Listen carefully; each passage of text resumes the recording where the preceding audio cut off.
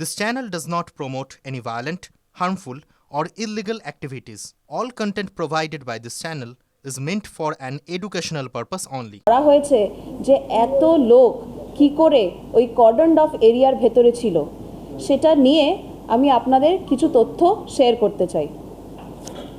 যেই ছবিটা আমরা দেখেছি তার একটা প্রিন্ট আউট আমি নিয়েছি, যেটা হচ্ছে গিয়ে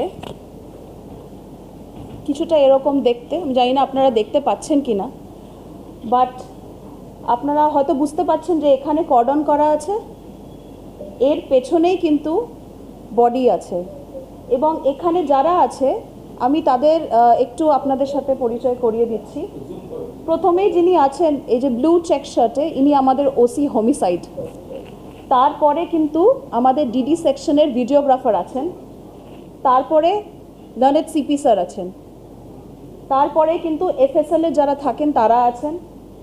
ইনি একদম কর্ডনের সামনে অ্যাডিশনাল সিপি 1 স্যার আছেন, আমাদের ওসি উইমেন গ্রিভ্যান্স সেল উনি এখানে আছেন, তালা থানার যিনি লেডি অফিসার উনি আছেন, তারপরে কিন্তু এফএসএল এর স্টাফ আছে। এটা একটা ছবি যেখানে যে কজন ছিলেন আমরা সবাইকে আইডেন্টিফাই করতে পেরেছি।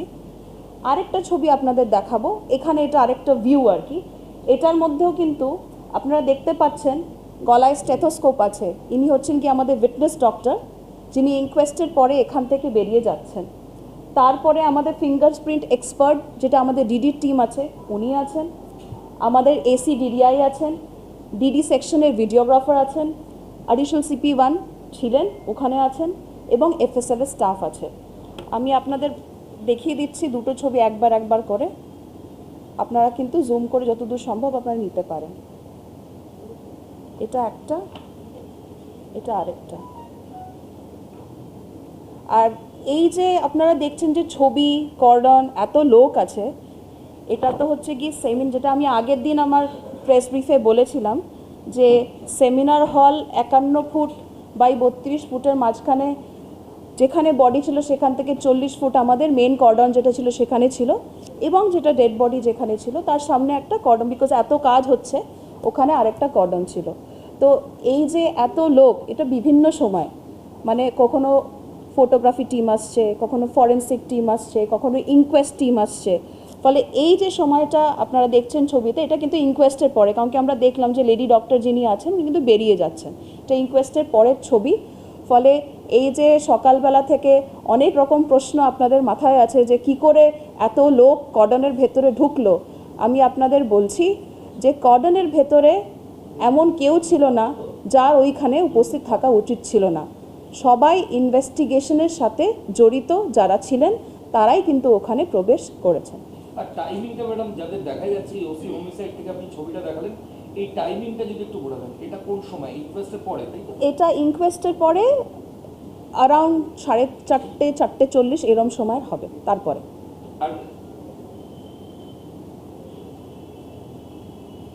আর আপনারা 40 ফিট কর্ডনটা কখন ফর্ম করেছিলেন? সকালবেলা?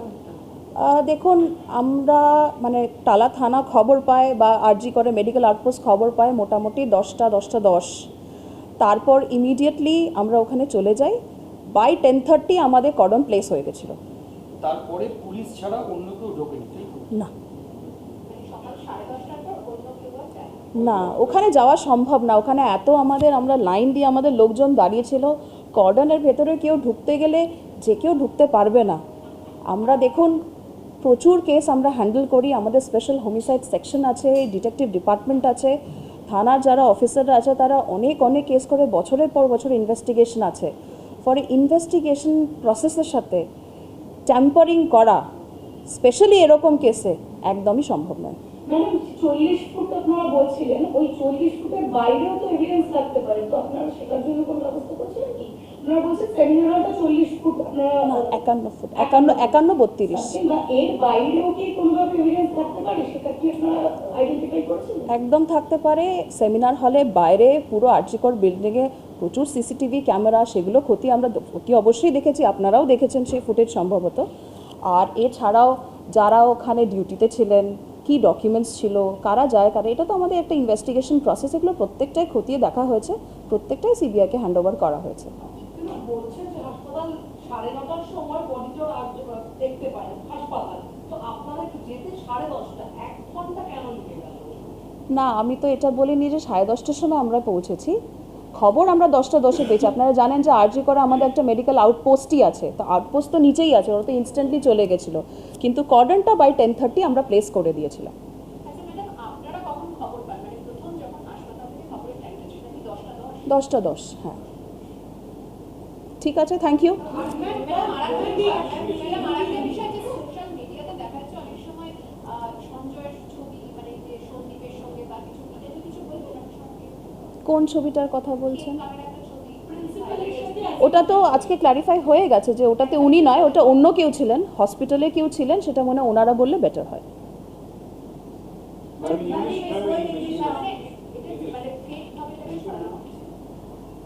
ধরে নেওয়া যেতে পারে যে যেটা ইনিশিয়ালি বলা হয়েছিল সেই তথ্যটা হয়তো সঠিক নয়। আউটপোস্টের ওরা কটার সময় দিচ্ছিল? আপনাদের কাছে কি খবর আছে যে আউটপোস্ট কখন দিচ্ছিল? দেখুন, 10টা 10 খবর পেলে তার 2 মিনিটের মধ্যে বড়জোর লিফট থেকে উঠে যেতে যতক্ষণ লাগে। ঠিক আছে, হ্যাঁ বলে দিচ্ছি। এটাও কি তখন দেখাতে হবে? ইফ ইউ ওয়ান্ট টু, ও বাবা।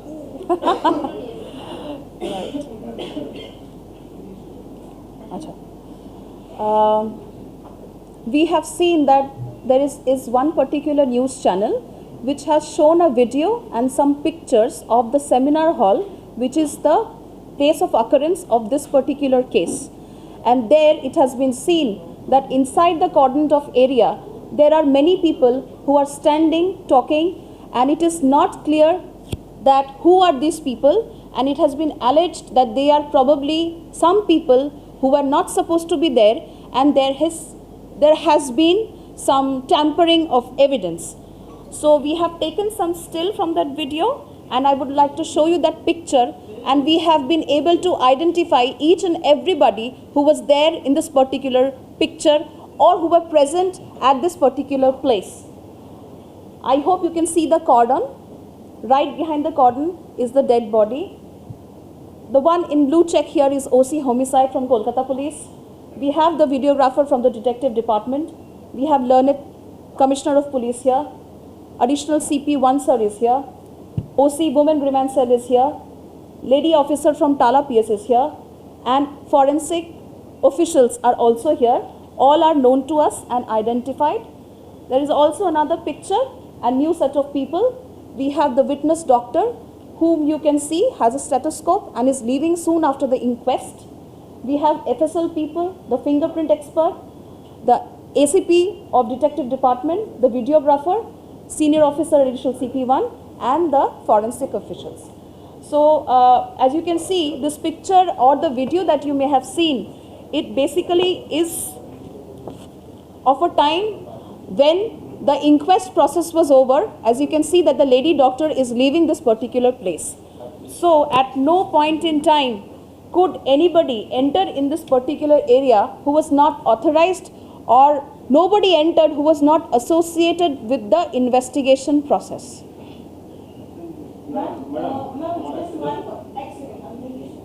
मैम सवाल ये है कि कितना एरिया है ये पूरे सेमिनार हॉल का, और कितना एरिया आपने कॉर्डन ऑफ किया था?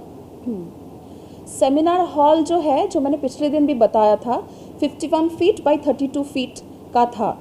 उसके अंदर डेड बॉडी जहाँ पे थी वहाँ से लेके 40 फीट तक हमारा कॉर्डन था पूरे रूम में। सो इट इज़ बेसिकली 40 और 32 फीट पूरा कॉर्डन ऑफ था।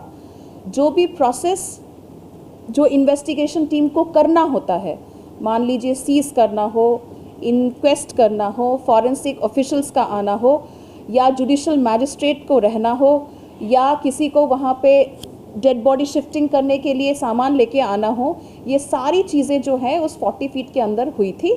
ये कॉर्डन हमने 10:30 बजे तक लगा दिया था। हमको 10:10 तक खबर मिल गई थी, तो इंस्टेंटली हमारे लोगों ने जाके कॉर्डन ऑफ कर दिया। और कॉर्डन ऑफ करने के बाहर वाली जो जगह है, जो कि सेमिनार हॉल के अंदर है, वहाँ पे पेरेंट्स के आके बैठना, जो इमरजेंसी में जो मेडिकल ऑफिसर जो ब्रॉड डेड डिक्लेयर करता है, उनका जो बैठ के लिख के जो डिक्लेयर करना होता है, वो तो इमरजेंसी में ही रहते हैं, लेकिन उनको भी जूनियर डॉक्टर्स ने या वहाँ पे जो हॉस्पिटल के जो लोग थे, उन्होंने सबने रिक्वेस्ट किया था कि ये सारी चीज़ें जो है, जितना भी पेपर वर्क है, वो उनके सामने होना चाहिए। इसीलिए वो जगह जो है उनके लिए अलग से हमने अरेंज कर दिया था कि वो लोग वहाँ पे ये सब काम कर सकते हैं। उन्होंने अपना जितना डिमांड था कि उनको क्या क्या चाहिए, वीडियोग्राफी चाहिए या उनके पास जो है 3-4 डिमांड जो टाइम टू टाइम चेंज हुए, ये सारी चीज़ें जो हैं उस एरिया में हुई थी। मैम, जो कॉर्डन ऑफ एरिया नहीं था, इन्वेस्टिगेशन से पहले how was police so sure कि वो पीओ नहीं है या क्राइम वहाँ पे कमिट नहीं हुआ है, जो सेमिनार हॉल के अंदर का इलाका जो कॉर्डन ऑफ नहीं था? देखिए, इन्वेस्टिगेशन भी नहीं शुरू हुआ। देखिए, अगर हम लोग मान के चलते हैं कि कॉर्डन ऑफ, हम लोग बार बार इसी चीज़ पे फोकस कर रहे हैं, तो देखिए यहाँ पे 2 लेवल का कॉर्डन था।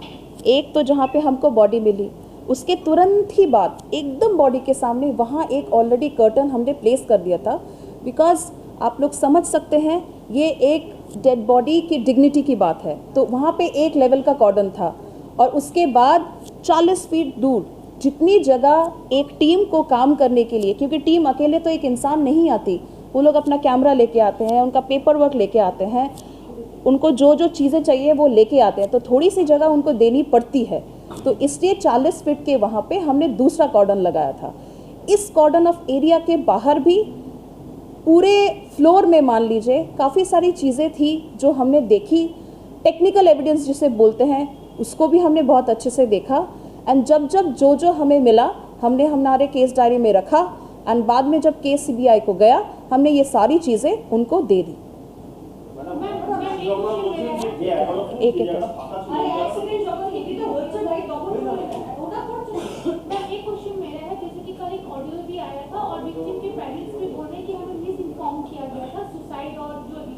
तो जब हॉस्पिटल ने पुलिस को कॉल किया था तो आप लोगों के पास में क्या इंफॉर्मेशन मिली? देखिए, कुछ तो पुलिस डिपार्टमेंट में टेक्निकल टर्म होती है, जैसे हम पीओ बोलते हैं, अब तक तो आप लोग भी जान गए होंगे, पीओ यानी प्लेस ऑफ अकरेंस। सिमिलरली जब भी हमें कोई बॉडी मिलती है हम लोग उसको अननेचुरल डेथ बोलते हैं, तो उसे यूडी के हिसाब से कहा जाता है। तो हमारे लिए हम लोग पहले कभी भी सुइसाइड, होमिसाइड ऐसे टर्म्स में बात नहीं करते पुलिस में, हम लोग इसको अननेचुरल डेथ ही बोलते हैं। ये जो सुइसाइड की जो बात चली है, आपने ऑडियो क्लिप कल सुना है, पुलिस की तरफ से कभी भी सुइसाइड नहीं बोला गया, हम लोग ने अननेचुरल डेथ। हॉस्पिटल जैसे उन्होंने कॉल करके पेरेंट्स को बताया था कि आप जल्दी आ जाइए, फिर बाद में बोला कि सुसाइड है, तो वैसे पुलिस को भी तो कुछ ना कुछ इन्फॉर्मेशन दिया गया होगा। देखिए, पुलिस को ऐसे हॉस्पिटल की तरफ से बताया गया कि सुइसाइड होयेছে, होमिसाइड होयेছে, ऐसे नहीं, एक्टिव बॉडी पावा गया, इसी से जो है हमारी टीम ऊपर चली गई थी। उसके बाद से हम लोग उसे अननेचुरल डेथ की तरह ट्रीट कर रहे थे जब तक सारा पेपर वर्क नहीं हो गया। क्योंकि मैम यहीं से कंफ्यूजन आ रहा है कि कोलकाता पुलिस ने बताया कि हॉस्पिटल ने बताया और कोलकाता पुलिस के नाम पे र्यूमर्स आ गए कि उन्होंने बोला कि सुसाइड हुआ है। देखिए, जो ऑडियो क्लिप है, ऑटोमेटिकली ये है ना कि हॉस्पिटल ने आपको इन्फॉर्म किया, ठीक है टेक्निकल वर्ड्स होते हैं जो भी होते हैं, लेकिन आम भाषा में अगर बोले तो जिस तरह से पेरेंट्स को बताया गया कि सुसाइड हुआ था, मिस इन्फॉर्मेशन था, आपको भी तो कुछ उसी तरह का बताया गया होगा ना। देखिए, इस जो मैटर में कोलकाता पुलिस ने क्या कहा, अभी आपने ही कहा सबके सामने कि जो है र्यूमर चली है, तो मैं जितने सवाल और जितने जवाब जो हम पिछले काफ़ी दिन से कहते आए, मैं इसे फिर से दोहरा देती हूँ। हमारी तरफ से, कोलकाता पुलिस की तरफ से कभी भी हमने किसी को बोला नहीं कि ये सुसाइड है, क्योंकि हम पहले जब से हमको खबर मिली है हमारे लिए ये अननेचुरल डेथ था, जब तक कि ना सारी चीज़ें क्लियर नहीं हो गई एंड केस रजिस्टर हुआ, एंड बाकी जब ये बोला गया कि मर्डर है, होमिसाइड है, वो सारी चीज़ें आपके सामने हुई हैं। तो हमारे लिए जब से हमको खबर मिली है 10:10 से, तब तक हमारी पार्लेंस में हम उसे अननेचुरल डेथ ही बोल रहे थे। আপনারা বলছেন যে ছবিগুলো তোলা হয়েছে, হ্যাঁ, এটা তো 40 ফিটের মধ্যে কি তোলা হয়েছে? হ্যাঁ, বাইরের কেউ ঢুকেছে 40 ফিটের মধ্যে? দেখুন, এটা ছবিটা ক্ল্যারিটি দেখে আপনি হয়তো বুঝতে পারবেন যে এটা জুম করে তোলা, মানে অতটা এত সামনে যদি কেউ থাকে ছবিটা ক্ল্যারিটি আরেকটু ভালো হবে। এটা জুম করে তোলা একটা ছবি বা ভিডিও, সেখান থেকে আমরা ছবিটা আপনার সাথে শেয়ার করলাম, যেটা একটু নাম লিখে দেওয়া আছে। ম্যাডাম, একটা প্রশ্ন যেটা উঠছে সেটা হলো আপনার 40 ফুট কখন বললেন, 11 ফুট ফাঁকা, এই আপনার ইনভেস্টিগেশন সেই জায়গাতেও তো অনেক কিছু ইতিহাস থাকতে পারে, এটা অনেক প্রশ্ন তুলছে। দেখুন, আমরা যখন এটা ডিসাইড করেছিলাম যে সেমিনার হলে কতটা পোর্শন আমরা কর্ডন অফ করব এবং কতটা করব না, তার আগে আমাদের নিজস্ব যেটা টিম সেটা তো চেক করেইছে। ফলে আমি আপনাকে এটা অ্যাসিওর করতে পারি আমাদের কোনোভাবেই ইনভেস্টিগেশন প্রসেসের সময় বা আগে তার সাথে কিন্তু বা এবং পরে কোনো এভিডেন্সের সাথে ট্যাম্পারিং হয়নি।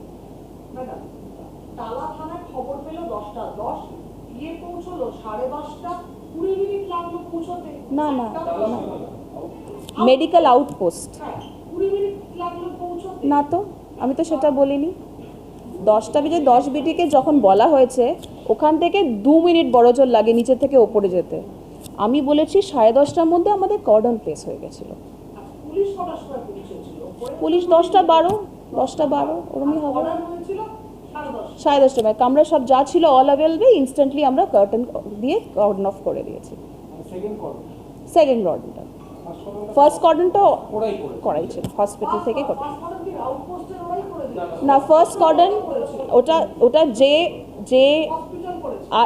যে হয়তো বডি ফার্স্ট দেখেছে, যখন নিজেদের মধ্যে কথা হয়েছে, দেখুন এটা একটা ডিগনিটির ব্যাপার আছে, সেজন্য ওটাকে ইনস্ট্যান্টলি কর্ডন অফ করা হয়। আমরা আমাদের তরফ থেকে আমাদের টিম এসে আমরা সেকেন্ড কর্ডন সব দেখে টেকে নিয়ে আমরা সেকেন্ড কর্ডনটা করে দিয়েছি। সেকেন্ড কর্ডন টালা থানা দিয়ে করেছিল তো? না না, আরজিকর মেডিকেল আউটপোস্ট, টালা থানা অফিসার সব একসাথে, দুটোই তো একদম পাশাপাশি, বেশিক্ষণ তো লাগে না। ফার্স্ট কর্ডনটা যখন হয়েছিল টাইমিংটা কিছু বলবেন? এটা তো হসপিটাল কর্তৃপক্ষ ভালো বলতে পারে। কিন্তু 10টা 15 আপনার মধ্যে কর্ডন করা হয়েছে। আজকে যেখানে পাওয়া যাচ্ছে 12টা 40-এ ওনার মৃত্যু হয়েছে ডেথ সার্টিফিকেটের মধ্যে। তাহলে 2 ঘন্টা পর কেন কর্ডন করেন এটা কি করতে? এটা তো যারা ডিক্লেয়ার করেন ডেথ, এটা ডাক্তারবাবুরা ভালো বলবেন। এটা তো ওদের একটা মেডিকেল প্রসিজার আছে যে কতক্ষণে এটা ডিক্লেয়ার করা যায়।